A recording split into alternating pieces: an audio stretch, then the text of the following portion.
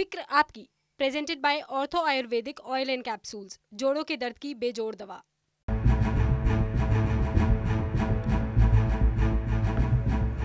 नमस्कार, कैसे हैं आप? मैं हूं निशांत चतुर्वेदी। फिक्र आपकी में एक बार फिर से आपका स्वागत है।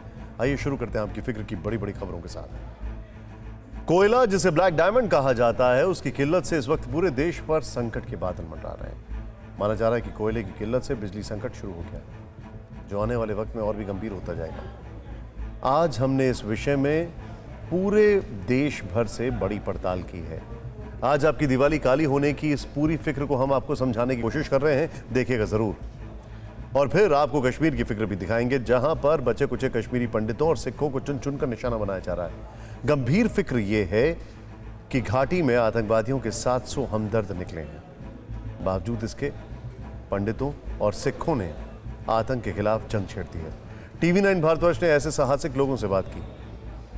आज एक बार फिर एलएसी से बड़ी फिक्र सामने आ रही है। चुशुल में 13वें दौर की कोर कमांडर मीटिंग के बाद यह साफ हो गया कि चीन अपनी विस्तारवादी नीति से पीछे नहीं हटना चाहता है। ऐसे में भारत के लिए सख्त कदम उठाने के अलावा कोई विकल्प नहीं बचता है। ये कौन कौन से कदम हो सकते हैं, इसका हम विस्तार से विश्लेषण करेंगे। और आज फिर लूट घर सीरीज हमारी जरूर देखिएगा, ताकि घर खरीदने में आपकी सारी लक्ष्मी न निकल जाए। हम अपनी स्पेशल सीरीज में ग्रेटर नोएडा वेस्ट के एक बिल्डर का मामला उठा रहे हैं, जिसके तार अथॉरिटी तक भी जुड़े रहे हैं। सबसे पहले देश पर मंडराते बिजली संकट की फिक्र, जिसकी आहट तेज होती जा रही है। ब्लैकआउट की आशंका बढ़ती जा रही है और सवाल उठ रहा है कि इस बार रोशनी के त्योहार दिवाली पर देश अंधेरे में तो नहीं डूबा होगा। हम आपको उस संकट की आहट से आगाह कर रहे हैं जो हमारे और आपकी चौखट पर खड़ी हुई है। हम ऐसा क्यों कह रहे हैं, इसके पीछे वजह क्या, ये सवाल आपके जहन में जरूर होंगे। तो जान लीजिए कि इस संकट के पीछे का कारण है काला हीरा कहे जाने वाले कोयले की किल्लत, जिसकी वजह से बिजली का उत्पादन कम हो रहा है। इसी मुद्दे पर आज देश के केंद्रीय गृह मंत्री अमित शाह ने ऊर्जा मंत्री आर.के. सिंह के साथ मीटिंग की। ऊर्जा मंत्री के साथ मीटिंग में कोयला मंत्री प्रहलाद जोशी भी थे। बैठक में एनटीपीसी, पावर और कोल मिनिस्ट्री के अधिकारी भी शामिल हुए, जिसमें कोयला और बिजली संकट के मौजूदा हालात से निपटने पर चर्चा हुई है। हालांकि केंद्र सरकार बार बार कह रही है कि देश में पावर प्लांट्स की मांग को पूरा करने के लिए पर्याप्त कोयले का भंडार है। तय मानकों के मुताबिक थर्मल पावर प्लांट्स कम से कम 20 दिन का कोयला स्टॉक करके रखते हैं, लेकिन इस वक्त देश के कई थर्मल पावर प्लांट्स में कोयला है ही नहीं। घुटना, कंधा या कमर, चाहे जैसा हो दर्द, डॉक्टर ऑर्थो आपको देता है दर्द से पूरी आजादी, एक भरपूर जिंदगी। ये कोई टेम्परेरी पेन किलर नहीं, आयुर्वेदिक औषधि है। और जहां है वहां भी ज्यादा से ज्यादा 8 दिन का, इसीलिए ब्लैकआउट का खतरा मंडराने की बात की जा रही है।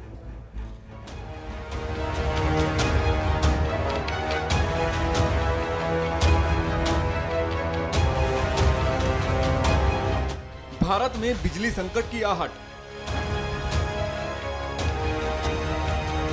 अगले 6 महीने तक रहेगी बिजली की किल्लत। क्या ये दिवाली ब्लैकआउट से होगी काली? ऊर्जा संकट भारी, क्या पहले नहीं की थी तैयारी? ये सवाल और आशंका इसलिए है क्योंकि हो सकता है कि चंद दिनों में देश में देखते ही देखते कुछ ऐसा ही अंधेरा कायम हो जाए। शहर से लेकर गांवों तक बत्ती गुल हो जाए, फैक्ट्रियां बंद हो जाएं, आपका घर अंधेरे में डूब जाए, फ्रिज, एसी, पंखा, टीवी, मोबाइल सब बंद हो जाए, बिजली से दौड़ने वाली ट्रेनों और मेट्रो की रफ्तार पर ब्रेक लग जाए। यह आशंकाएं जाहिर करने के पीछे हमारा मकसद आपको डराना नहीं, बल्कि आपको आगाह करना है उस संकट से जो हमारे और आपकी चौखट पर खड़ा है। देश के इस संकट के मुहायने पर आने की वजह है कोयले की किल्लत, जिससे देश के पावर प्लांट बंद होने के कगार पर हैं। देश में 135 कोल पावर प्लांट हैं, जिनसे देश में बिजली की 70% डिमांड पूरी होती है और इन पावर प्लांट में सिर्फ 4 दिन का कोयला बचा हुआ है। इनमें से 16 पावर प्लांट ऐसे हैं जिनमें कोयले का स्टॉक खत्म हो चुका है, जिससे कई जगह बिजली उत्पादन ठप या बहुत कम हो चुका है और इस कमी का असर भी तेजी से दिखने लगा है। जिस बिजली के बिना जिंदगी अधूरी लगती है वो गुल हो गई तो सोचिए फिर क्या होगा। दिल्ली सरकार के मुताबिक ज्यादातर प्लांट्स में 1-2 दिन का ही कोयला बचा है। मतलब दिल्ली में बत्ती गुल होने का खतरा मंडरा रहा है और ये सुनते ही दिल्ली वालों की टेंशन बढ़ गई है। इसको लेकर दिल्ली के लोगों ने क्या तैयारी की है? अगर ब्लैकआउट होता है तो वो क्या करेंगे? ऐसे अगर ब्लैकआउट होता है तो आप क्या करेंगे? मतलब कैसे अपने घर में रोशनी लाएंगे? उसमें हम कितना कुछ कर सकते हैं। अगर मेरा इन्वर्टर ठीक नहीं है तो मैं उसको इन्वर्टर को ठीक करवा रहा हूँ, बैटरी चेंज करवा रहा हूँ। तो हमने इन्वर्टर को यूज़ किए हुए भी कई सालों में हो गए थे, तो भी चेक करवाया है। आज बुला रहे हैं मिस्त्री को भी एक बार चेक करवाने के लिए। लोग परेशान हैं, घबराए हुए हैं, लेकिन सरकारों के बीच बिजली को लेकर भी सियासत जारी है। ज़्यादातर प्लांट्स में 1 से 2 दिन 3 दिन का स्टॉक बचा है, तो कोयले की बहुत बड़ी इस टाइम थर्मल पावर प्लांट्स में दिक्कत है। लेकिन दिल्ली को जितने पावर की ज़रूरत है उससे ज़्यादा के पीपीएज हैं, और जितना पीपीए है उतना अवेलेबिलिटी ये सभी स्टेशन बना के रखेंगे, ये हमने कहा। बातें दोनों की सही हैं। कोयले की कमी है, इससे इनकार नहीं किया जा सकता है, लेकिन दिल्ली में अभी तक इस वजह से बिजली की सप्लाई पर असर नहीं पड़ा है, ये बात भी ठीक है। लेकिन आशंका आने वाले दिनों को लेकर है, क्योंकि बाकी राज्यों में कोल क्राइसिस के साइड इफेक्ट्स दिखने लगे हैं। कोयले की सप्लाई पर असर पड़ने से उत्तर प्रदेश में बिजली के उत्पादन में 7,478 मेगावाट की कमी आई है, जिसकी वजह से ग्रामीण इलाकों के साथ अब शहरी इलाकों में भी कटौती शुरू हो गई है। कई जिलों में 7 घंटे तक की कटौती हो रही है। एक ओर आम लोगों को परेशानी हो रही है तो दूसरी ओर फैक्ट्रियों का काम भी रुकने लगा है। कई उद्योगों में बिजली और कोयले दोनों का काम पड़ता है, लेकिन बिजली और कोयले दोनों की कमी से नुकसान और परेशानी बढ़ने लगी है। 15 मिनट बाद ट्रिपिंग हो रही है लाइटिंग की, और लाइट से पूरा क्षेत्र का और पास हर गांव में से लोग परेशान हैं, और हमारे कुछ लोगों ने इस पर समस्या उठाई भी है। ये तो सब सरकारी को मालूम होगा क्या किस वजह से कोयला कम है, पर मार्केट में जो कोयले की जो स्थिति है बहुत ज़्यादा गंभीर है। शाम को लाइट ही नहीं है, लाइट की बड़ी समस्या है, बहुत दिक्कतें हैं। इस पर सेंट्रल गवर्नमेंट को सोचना चाहिए। पहले तो कोरोना में ही काम नहीं चला था, लेबर को भी बैठा कर खिलाया गया, और अब कोरोना से निजात मिली है तो कोयले से मार पड़ रही है। व्यापार बिल्कुल खत्म के कगार पे है। अब सवाल यह है कि आखिर कोयले की किल्लत अचानक कैसे और क्यों सामने आ रही है। तो ये समझने के लिए पहले आपको देश में बिजली की डिमांड के कुछ आंकड़े देख लेने चाहिए। पिछले साल 4 अक्टूबर को देश में बिजली की डिमांड 159 गीगावाट थी, जो इस साल 15 गीगावाट बढ़कर 174 गीगावाट तक पहुंच गई है। लेकिन बिजली की डिमांड इतनी ज़्यादा क्यों बढ़ गई है, इसका कोयले की कमी से क्या कनेक्शन है, अब वो भी समझ लीजिए। दरअसल कोरोना की दूसरी लहर के चलते लगी पाबंदियां हटने के बाद आर्थिक गतिविधियों ने जोर पकड़ा। लॉकडाउन की वजह से जो कंपनियां बंद थीं वो अब धड़ल्ले से चल रही हैं। कंपनियों का प्रोडक्शन बढ़ रहा है, लिहाजा फैक्ट्रियों में कोयले की खपत बेतहाशा बढ़ी है। दूसरी वजह यह है कि विदेशों में कोयले की कीमत ज़्यादा होने से आयात में कमी है, इसीलिए घरेलू कोयला उत्पादन पर निर्भरता बढ़ गई। पहले से ही देश की लगभग 3/4 कोयले की ज़रूरत घरेलू खदानों से पूरी होती है, लेकिन मानसून में भारी बारिश के चलते सप्लाई पर बुरा असर पड़ा है। कोयले की सप्लाई में कमी का ही साइड इफेक्ट है बिजली संकट की आहट, जिसकी वजह से देश के कई राज्यों में सैकड़ों शहरों और गांवों में बिजली की कटौती से लोग हलकान होने लगे।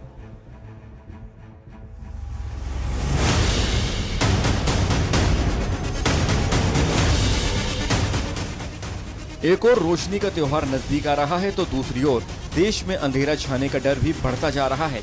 कोयले की कमी से पंजाब के थर्मल पावर प्लांट भी जूझ रहे हैं। पंजाब के सरकारी और प्राइवेट थर्मल प्लांटों के पास सिर्फ 1 से 4 दिन तक का कोयला बचा है। पंजाब के थर्मल प्लांटों के लिए रोज 22 रैक कोयला चाहिए, जो मिल नहीं पा रहा है। पूरे देश की तरह पंजाब में भी कोयले का बड़ा संकट खड़ा हो गया है, और इस वजह से अब समस्या ये सामने आ रही है कि बिजली का उत्पादन कैसे हो, क्योंकि पंजाब में कई थर्मल प्लांट हैं जो कि कोयले के साथ ही चलाए जाते हैं। हमारे साथ बात करने के लिए इस वक्त Punjab state power corporation limited यानी PSPCL के चेयरमैन IS। उम्मीद हालात सुधरने की है, लेकिन जो मौजूदा हालात हैं वो फिक्र बढ़ा रहे हैं, क्योंकि पंजाब में 13 अक्टूबर तक रोजाना 3 घंटे तक बिजली कटौती जारी रहेगी। कोयले की कमी की वजह से कोल पावर प्लांट अपनी क्षमता के 50% से भी कम पर काम कर रहे हैं। सारे इंडस्ट्री एसोसिएशन इस वक्त पूरी सिर पे तलवार लटकी हुई है, अभी कहाँ जाएंगे। कोयले की किल्लत की वजह से महाराष्ट्र में भी बिजली संकट गहराता नजर आ रहा है। महाराष्ट्र में 13 थर्मल पावर प्लांट बंद करने पड़े हैं। इससे 3,330 मेगावाट बिजली की कमी होने लगी है। महाराष्ट्र पे भारी बिजली संकट गहराता हुआ नजर आ रहा है। इसका कारण यह है कि महाराष्ट्र में कुछ दिनों से भारी बारिश के चलते कोयला आपूर्ति कम होती हुई दिखाई दे रही है। इसके वजह से जो पावर स्टेशन है वहाँ कोयला आपूर्ति हो नहीं पा रही है। महाराष्ट्र में हर दिन करीब 1.5 लाख मीट्रिक टन कोयले की जरूरत है, लेकिन मौजूदा हालात में महज 75,000 मीट्रिक टन कोयले की आपूर्ति हो पा रही है, जिससे बिजली उत्पादन बुरी तरह प्रभावित हो रहा है। जानकारी के मुताबिक महाराष्ट्र सरकार जहां ग्राहकों को 7.5 रुपए पर यूनिट में बिजली दे रही है, वहीं कोयला संकट की वजह से उसे दूसरे पावर ग्रिड कंपनियों से 20 रुपए पर यूनिट बिजली खरीदनी पड़ रही है। देशव्यापी कोयले के संकट की वजह से बिहार में भी बिजली की बड़ी समस्या खड़ी हो गई है। इन दिनों बिहार के ग्रामीण इलाकों में 7 से 9 घंटों तक लोड शेडिंग हो रही है। एनटीपीसी से बिहार को 4,500 मेगावाट की जगह सिर्फ 3,200 मेगावाट बिजली ही मिल पा रही है, जिसकी वजह से बिहार के कई इलाकों में आम लोग और कारोबारी सब परेशान हैं। हर लोग परेशान है। पूजा पाठ, बच्चे की पढ़ाई, छुट्टी, हर जगह परेशानी बढ़ गया है। बिजली एक आवश्यक अभिन्न अंग बन गया है हमारे जीवन का, और उसमें किसी भी तरह 15 मिनट के लिए भी कटौती का मतलब होता है आपको जीवन की अन्य सुविधाओं से वंचित किया जाना। लाइट का स्थिति बहुत अभी बुरा है। इधर काफी कुछ दिनों से लाइन बहुत खराब चल रहा है और काम करने में भी हम लोग को बहुत ज्यादा परेशानी हो रही है। लाइट देशव्यापी कोयला संकट का असर अब सबसे अधिक कोयला खनन करने वाले राज्य झारखंड में भी देखने को मिल रहा है। यहाँ भी बिजली की किल्लत हो रही है। वही कोयले का मेन है कि वो प्रोडक्शन शॉर्टेज है जी। तो वो जितने भी कोयले पे आधारित हैं, चाहे वो फर्नेस वाले हैं, चाहे जो वो इनगट्स बनाते हैं, सभी इंडस्ट्रीज़ को प्रॉब्लम हो रही है जी। पर उसका मेन कारण ये है कि शॉर्ट सप्लाई में है कोयला, आज के दिन शॉर्ट सप्लाई में है जी। इस वजह से ये मुश्किलें आ रही हैं। 1,520 मेगावाट बिजली की डिमांड है। बिजली की सप्लाई महज 1,098 मेगावाट है। बिजली की इस कमी का असर रांची समेत तमाम जिलों में देखने को मिल रहा है। मध्य प्रदेश में भी बिजली संकट आने वाले दिनों में परेशानी बढ़ा सकता है। प्रदेश में बिजली की डिमांड 10,000 मेगावाट तक पहुंच चुकी है, जबकि 3,900 मेगावाट ही बिजली का उत्पादन हो पा रहा है। दो आंकड़े आपके लिए समझना बहुत जरूरी है। पहला तो ये कि कोल इंडिया भारत के लिए करीब 80% जो कोल की नीड्स हो पूरी करता है, और रॉयटर्स की रिपोर्ट के मुताबिक इस साल 8 महीनों में 24% से ज्यादा उसने वृद्धि कर दी है नीड्स को पूरी करने में, तो डिमांड और बढ़ गई है। दूसरी बात, चीन जो है वो सबसे बड़ा कोल प्रोडक्शन है अगर देखा जाए तो पूरी दुनिया में, और बताया जा रहा है कि वो ऑस्ट्रेलिया से इंपोर्ट करता है, लेकिन अभी जो वाद विवाद चल रहा है वहां पर उसने ऑस्ट्रेलिया से कोल इंपोर्ट करना बंद कर दिया और वहां पर जबरदस्त शॉर्टेज है। घुटना, कंधा या कमर, चाहे जैसा हो दर्द, डॉक्टर ऑर्थो आपको देता है दर्द से पूरी आजादी, एक भरपूर जिंदगी। ये कोई टेम्परेरी पेन किलर नहीं, आयुर्वेदिक औषधि है। तो आप सोच सकते हैं ये ग्लोबल इंपैक्ट है एक चीज का। एक और कोयले की कमी है तो दूसरी ओर बिजली उत्पादन में उसी कोयले की बर्बादी भी हो रही है। मध्य प्रदेश के पावर प्लांट्स में 88,000 मैट्रिक टन अतिरिक्त कोयला फूंक दिया गया। एक यूनिट बिजली बनाने के लिए 620 ग्राम कोयला लगता है, लेकिन मध्य प्रदेश में उससे ज़्यादा यानी 768 ग्राम कोयला इस्तेमाल किया गया, जिसके चलते 1 से 9 अक्टूबर तक 30 करोड़ रुपए की कीमत के कोयले की बर्बादी हुई है। एक और बिजली का संकट और इसके लिए कोयले की कमी जिम्मेदार है, लेकिन दूसरी ओर बिजली की बर्बादी भी एक बड़ी वजह है। पूरी दुनिया की बात करें तो 6% से 8% बिजली बर्बाद होती है। हमारे देश में करीब 20% बिजली बर्बाद हो जाती है। इसीलिए ज़रूरी है कि बिजली की बर्बादी रोकी जाए, जिससे बिजली की बढ़ी डिमांड को पूरा किया जा सके। तो इसके साथ ही ये भी ज़रूरी है कि बिजली उत्पादन के लिए कोयले पर निर्भरता भी कम करनी होगी। देश में 60% बिजली थर्मल पावर प्लांट से बनती है, 12% बिजली हाइड्रो प्रोजेक्ट से बनती है, विंड, सोलर और दूसरे रिन्यूएबल एनर्जी सोर्स से 26%, न्यूक्लियर सोर्स से 2% बिजली बनती है। साफ है, हमें ऊर्जा के दूसरे स्रोतों पर ज़्यादा काम करने की आवश्यकता है, लेकिन ये 1-2 दिन में नहीं होगा। ये वक्त लगेगा। पुख्ता प्लानिंग और इरादों के साथ सरकार को कोयले पर निर्भरता घटाने के लिए आगे बढ़ना होगा। इस बीच राहत भरी खबर यह है कि सेंट्रल कोलफील्ड लिमिटेड के मुताबिक अगले 1-2 हफ्ते में हालात स्थिर होने की पूरी उम्मीद है। अब फिक्र कश्मीर की, जिसे एक बार फिर 1990 के दौर में वापस पहुंचाने की साजिश लगातार हो रही है। एक तरफ सिखों और कश्मीरी पंडितों की टारगेट किलिंग हो रही है, तो दूसरी तरफ आतंकी घरों में छिपकर टेरर प्लानिंग कर रहे हैं।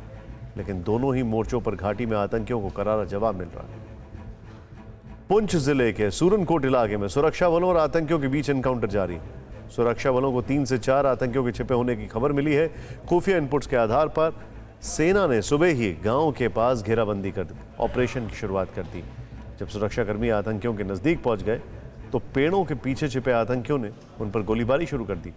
इस एंटी टेररिस्ट ऑपरेशन के दौरान एक जूनियर कमीशन अधिकारी समेत 5 जवान शहीद हो गए। इस हमले में कपूरथला पंजाब के रहने वाले नायब सूबेदार जसविंदर सिंह, गुरदासपुर के सिरहा निवासी नायक मनदीप सिंह, पंजाब के झाज रोपर के सिपाही गज्जन सिंह, उत्तर प्रदेश के शाहजहांपुर के सिपाही सराज सिंह और केरल के कुड्डावट्टम के रहने वाले सिपाही वैसाख एच शहीद हो गए हैं। पुंछ के सूरनकोट इलाके में इस वक्त भी एनकाउंटर जारी है। सुरक्षा बल आतंकियों को आखिरी मौका दे रहे हैं, सरेंडर करने की अपील कर रहे हैं। गुजारिश करन डीएसपी इमाम साहब ये तो गुजारिश करन कि तुम नीरो नेबर सरेंडर करियो, हथियार त्रो पत्थर अत करियो खड़ा तो नेबर नीरो तो यू मौक दिन कि दोबारा तो आराम से जिंदगी प्यार जिंदगी जियो। सोचिए, जरा सोचिए, हमारे फौजी शहीद हो गए हैं, फिर भी मानवता के आधार पर उनको मौका दिया जा रहा है सरेंडर करने के लिए। जम्मू कश्मीर के डीजीपी दिलबाग सिंह के मुताबिक सुरक्षा बलों ने शोपियां में भी इनपुट के आधार पर सर्च ऑपरेशन शुरू किया है। मकसद साफ है, सुरक्षा बल एक एक आतंकी को चुन चुन कर मारेंगे, कोई बख्शा नहीं जाएगा, क्योंकि ये कश्मीर की नहीं पूरे हिंदुस्तान की फिक्र है। पूरा देश पुंछ सेक्टर में 5 जवानों की शहादत का बदला मांग रहा है। ये नए मिजाज का हिंदुस्तान है जिसमें पुरानी साजिशें नहीं चलेंगी। सुरक्षा बल ही नहीं, कश्मीर की आवाम भी आतंकियों से लोहा लेने को तैयार है, चाहे टारगेट किलिंग के जरिए आतंकी घाटी में 1990 वाले दहशत और डर का माहौल खड़ा कर दें, चाहे कश्मीरी पंडित और सिखों को पलायन के जरिए मजबूर करें। इस बार कश्मीरी पंडित और सिख दहशतगर्दों से डरे नहीं, बल्कि मुंहतोड़ जवाब दे रहे हैं।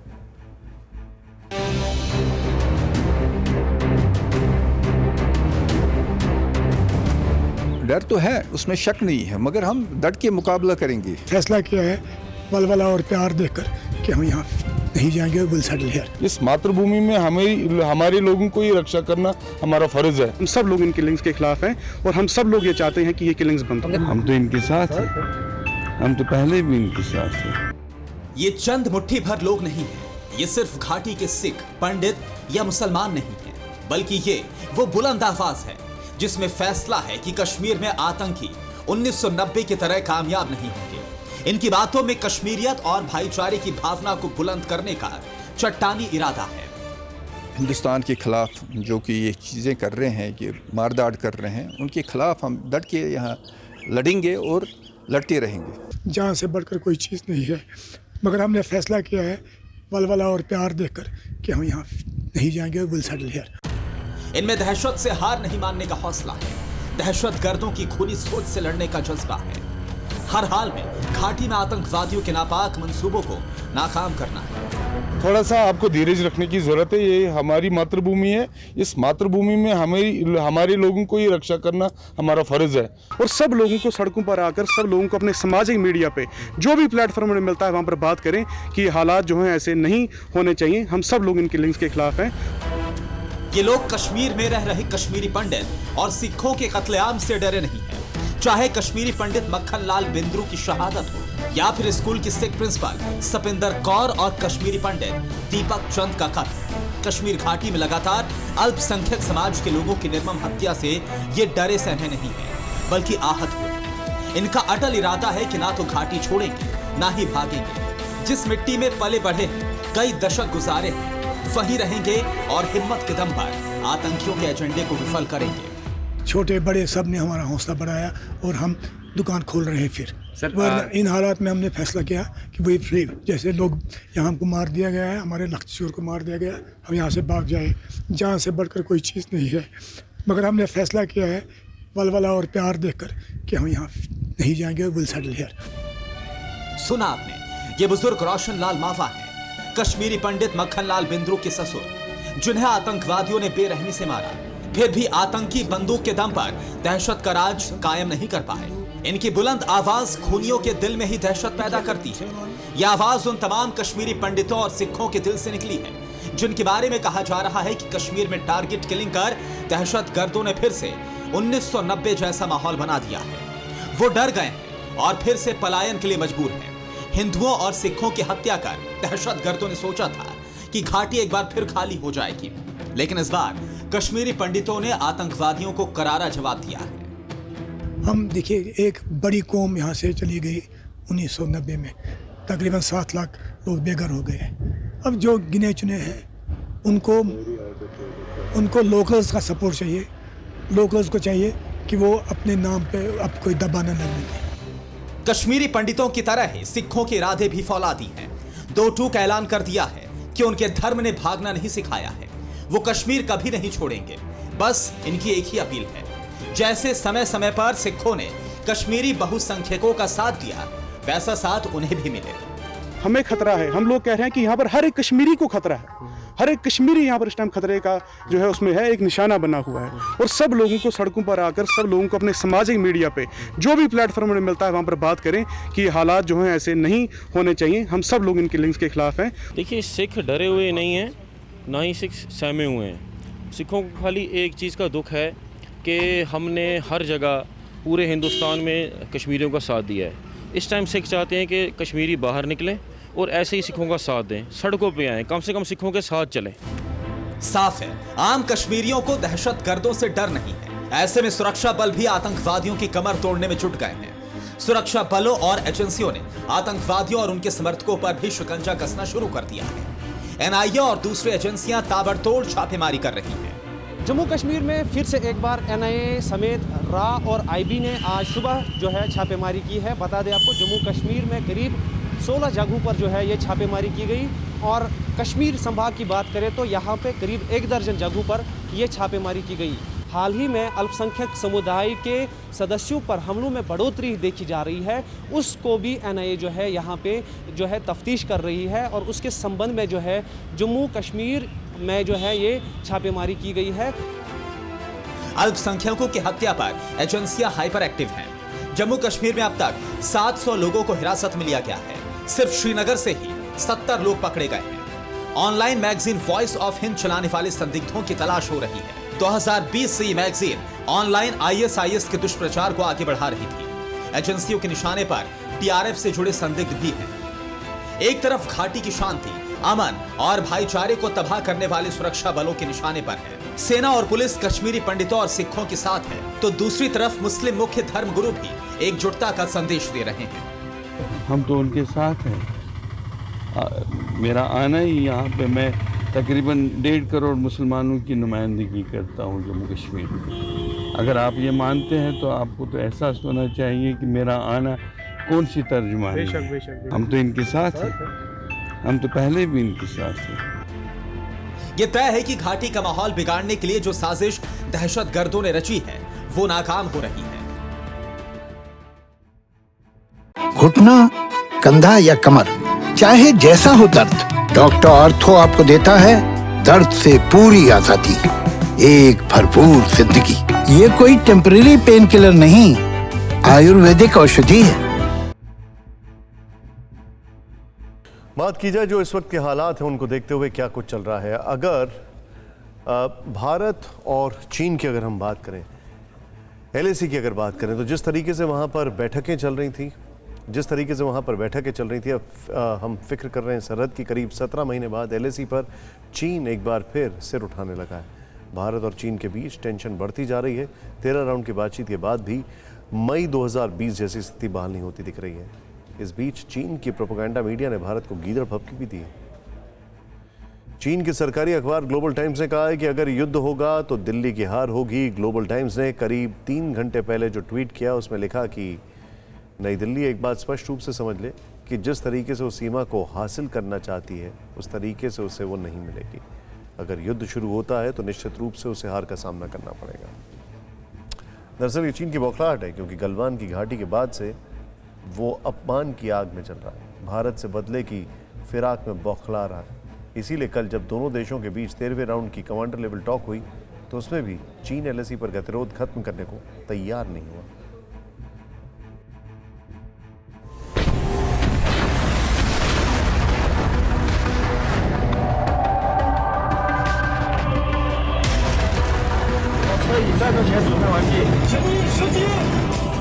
चालबाज चीन का यह नया पैतरा है, ड्रैगन आर्मी का नया प्रोपेगेंडा, बीजिंग की बारूदी बौखलाहट है।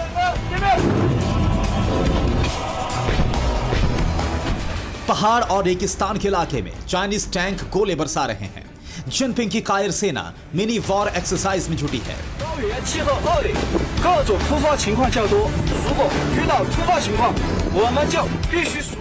करीब 52 सेकंड का यह वीडियो चीन की भोपो मीडिया ने जारी किया है और दावा किया है कि शिनजियांग सैन्य क्षेत्र में पीपल्स लिबरेशन आर्मी के टैंक 5000 मीटर की ऊंचाई पर शूटिंग कर रहे हैं।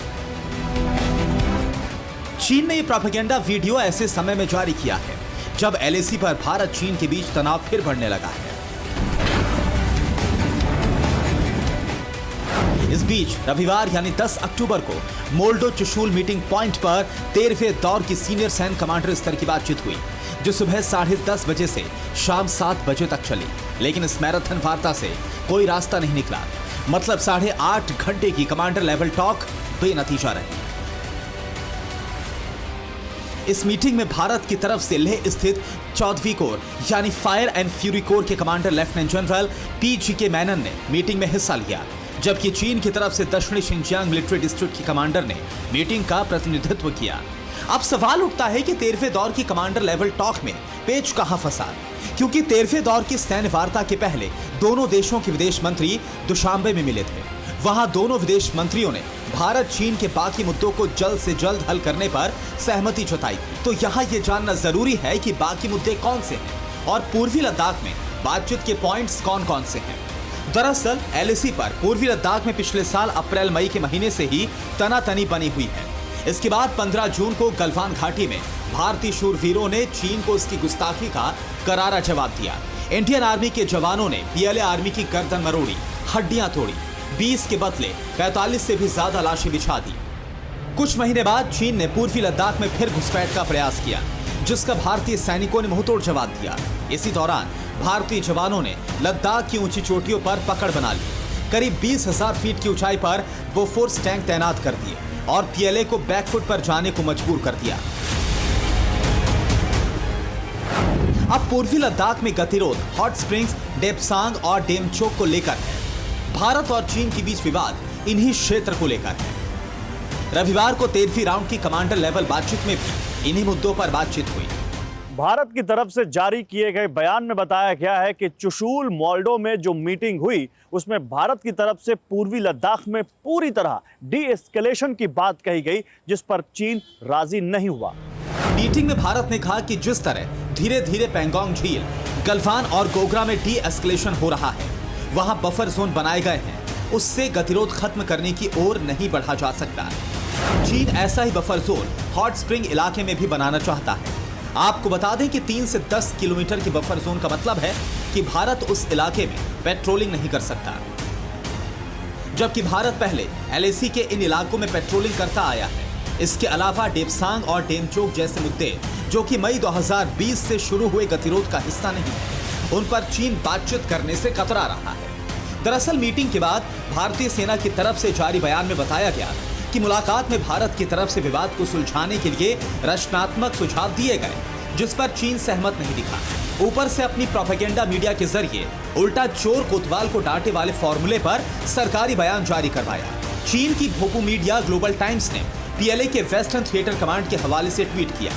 चीन और भारत के बीच रविवार को 13वें दौर की कोर कमांडर स्तर की बातचीत हुई।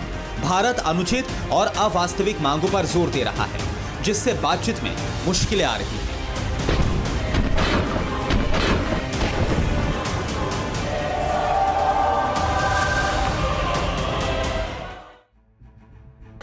बरसात खत्म होते ही चीनी सैनिक पूर्वी लद्दाख में फिर बिलबिलाने लगे हैं। नदी नालों से पानी उतरने के बाद वो एक बार फिर घुसपैठ की ताक में जुटे हैं। खबर है कि 17 महीने बाद एक बार फिर से पीपल्स लिबरेशन आर्मी ने सैनिकों की तैनाती बढ़ा दी है, असलों का जखीरा जुटाना शुरू कर दिया है। रिपोर्ट्स के मुताबिक चीन पूर्वी लद्दाख में अपने सैन्य ठिकानों और एयरबेस के निर्माण में जुटा हुआ है। सूत्रों के मुताबिक पीएलए ने लद्दाख में भारत से लगते एलएसी के करीब अपने सैनिकों के लिए करीब 8 नई जगहों पर मॉड्यूलर कंटेनर आधारित घरों का निर्माण किया। इसके अलावा भारतीय सैनिकों पर नजर रखने के लिए सीसीटीवी कैमरे भी लगाए गए। चीन द्वारा सैनिकों के लिए उत्तर में काराकोरम पास के वहाब जिजिला से लेकर पीयू तक शेल्टर का निर्माण किया गया है। जिन इलाकों में शेल्टर्स बनाए गए हैं उनमें है हॉट स्प्रिंग, चांगला, टेशिंगोंग, मंजा और चुरुप शामिल है और ये एलएसी के साथ साथ दक्षिण की ओर बढ़ता चला जाता है। पीएलए ने एलएसी के करीब विमान रोधी प्रणालियों के अलावा 2 S-400 मिसाइल सिस्टम भी तैनात किए हैं। मतलब चीन एक बार फिर भारत को उकसा रहा है, डिसएंगेजमेंट की बात से पीछे हट रहा है, जबकि हकीकत यह है कि पिछले साल चीनी सैनिकों को पूर्वी लद्दाख में कड़ा सबक मिल चुका है। तब वो भारतीय सैनिकों के मुकाबले न तो शौर्य में टिके थे और न ही मौसम से मुकाबला करने में। अब हमारी खास सीरीज लूट घर की बात करते हैं।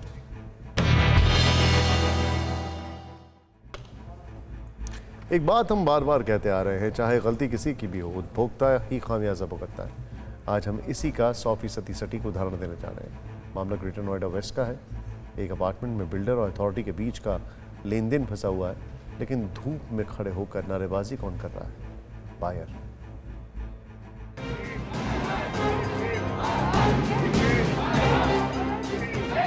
बहुत मुमकिन है कि आपके सपनों की पूरी आसमानी इमारत खड़ी हो जाए, आपका पूरा परिवार उसमें रहने भी लगे, बावजूद इसके आपको सड़कों पर खड़ा होना पड़े और नारेबाजी भी करनी पड़े।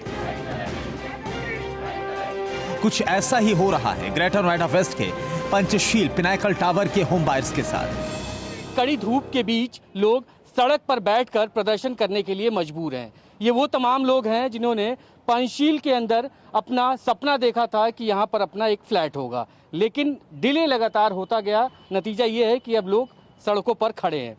क्या कुछ कह रहा है बिल्डर अभी आप लोग से? बिल्डर आज 2 साल से हम लोग का एक तो प्रोजेक्ट डिले हुआ, उसके बाद बिना ओसी का हम लोग को फ्लैट हैंडओवर कर दिया।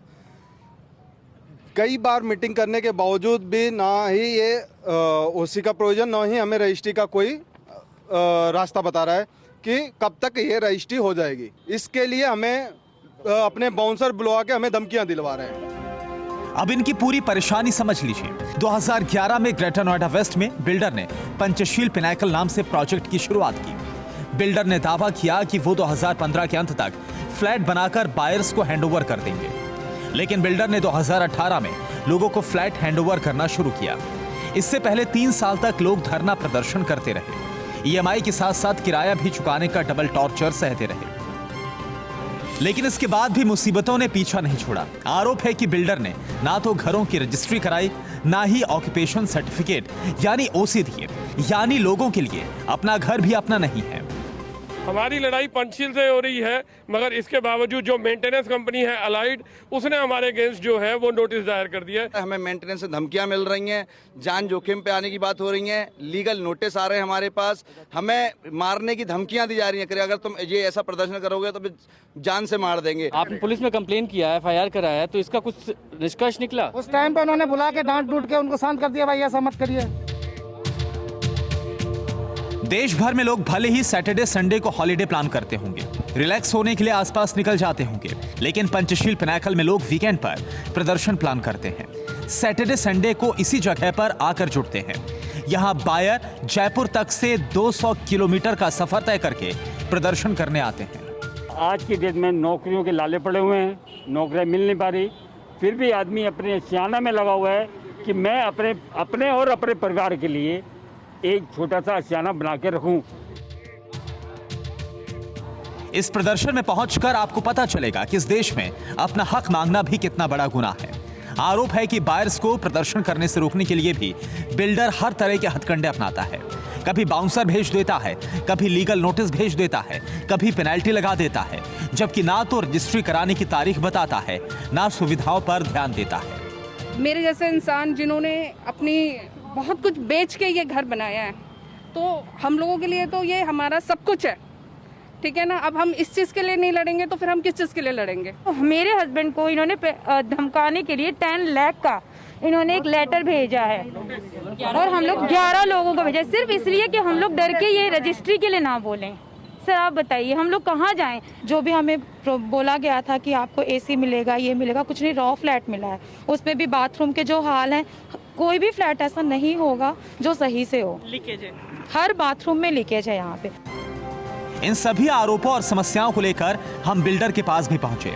पंचशील पिनाकल के डायरेक्टर अनिल चौधरी से बात की और उन्होंने जो 3 मुख्य बातें कही वो सुन लीजिए। पर्टिकुलर प्रोजेक्ट की बात करें जिसके ऊपर ये सब इशू हो रहा है, वहाँ पे लगभग 2200 फ्लैट है, जिनमें से लगभग 1800 फ्लैट की रजिस्ट्री हम ऑलरेडी कर चुके हैं।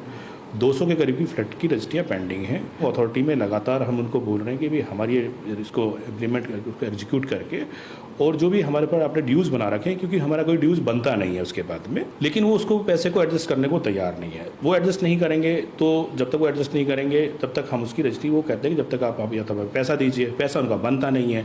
तो अब ये बार बार जो है हम वहीं जाके अटक जाते हैं कि असली जो इसकी जड़, पीछे जो जड़ है वो जड़ है वहाँ का RWA का इलेक्शन। असली मुद्दा है वहाँ पे जो सुरक्षा कर्मी हमने लगाए हुए थे, वो इसलिए लगाए हुए थे कि कल को हो सकता है कि इन लोगों के आपस में कुछ हो जाए या कोई दूसरा पक्ष आके इनके साथ में कोई अभद्रता कर दे, तो हमने सिर्फ सुरक्षा कर्मी लगाए हुए थे कि कोई यहाँ पे बुरी तरीके की कोई नहीं हो सकती है। हमारी लूट घर की इस पड़ताल में कई गौर करने लायक बातें हैं। पहली बात, बिल्डर के मुताबिक 200 परिवारों के साथ नाइंसाफी मामूली बात है और इससे उन्हें तूल नहीं देना चाहिए। दूसरी बात, हाउसिंग सोसाइटी के लोग रजिस्ट्री और सुविधाएं ना होने का मुद्दा तो उठा रहे हैं, लेकिन उनकी नजर RWA चुनाव पर है। तीसरी बात, सारी समस्या अथॉरिटी की लाल फीताशाही ने पैदा की है और इस समस्या का हल निकलने का इंतजार करने के सिवा कोई चारा नहीं है। बिल्डर की ये दलीलें स्वीकार नहीं की जा सकती, लेकिन इस पूरी कहानी में एक नाम कॉमन है और वो है ग्रेटर नोएडा अथॉरिटी, जो बिल्डर और बायर दोनों की ही नजर में विलन है और जरूरत इस विलन पर नकेल कसने की है ताकि बिल्डर मनमानी ना कर सके और बायर के साथ बेईमानी ना हो। कल आपको लूट घर में एक नई रिपोर्ट दिखाएंगे। इस पूरी सीरीज को विस्तार से देखने के लिए आप tv9hindi.com पर जा सकते हैं। वहां आपको मिलेंगे सीरीज के सारे एपिसोड एक साथ। और अब खबरें फटाफट अंदाज में। अर्थशास्त्र के लिए नोबेल पुरस्कार का ऐलान। David card, Joshua D Angrist और गुइडो डब्ल्यू एम्बेन्स को मिला है अवार्ड। नोबेल समिति ने डेविड कार्ड को श्रम अर्थशास्त्र में योगदान के लिए पुरस्कार का आधा हिस्सा दिया। ब्रिटेन के प्रधानमंत्री बोरिस जॉनसन ने फोन पर की पीएम नरेंद्र मोदी से बातचीत। तालिबान और अफगानिस्तान समेत इन मुद्दों पर हुई चर्चा। ग्लासगो में होने वाले COP26 को लेकर जलवायु के मुद्दे पर भी विचारों का आदान प्रदान। वित्त मंत्रालय ने जारी की मासिक आर्थिक रिपोर्ट। देश को रणनीतिक सुधारों और तेज टीकाकरण का फायदा मिला भरपूर। सितंबर की समीक्षा रिपोर्ट में कहा गया, शानदार राजस्व से पता चलता है कि इकोनॉमी अच्छी प्रगति कर रही है। ब्लैक मनी के खिलाफ जंग में भारत सरकार को मिली बड़ी सफलता। स्विट्जरलैंड ने सरकार को मुहैया कराई भारतीयों के स्विस खातों की तीसरी लिस्ट। काले धन को लेकर स्विट्जरलैंड की सरकार के साथ हुई है संधि। जम्मू कश्मीर के गुलमर्ग में सीजन की पहली बर्फबारी। बाबा अमरनाथ की पवित्र गुफा और लद्दाख समेत ऊंचाई वाले इलाकों में बर्फ की मोटी चादरों से ढके। बर्फबारी के बाद न्यूनतम तापमान में दर्ज की गई गिरावट। फिक्र आपकी, सोमवार से शुक्रवार रात 9 बजे सिर्फ TV9 भारतवर्ष पर।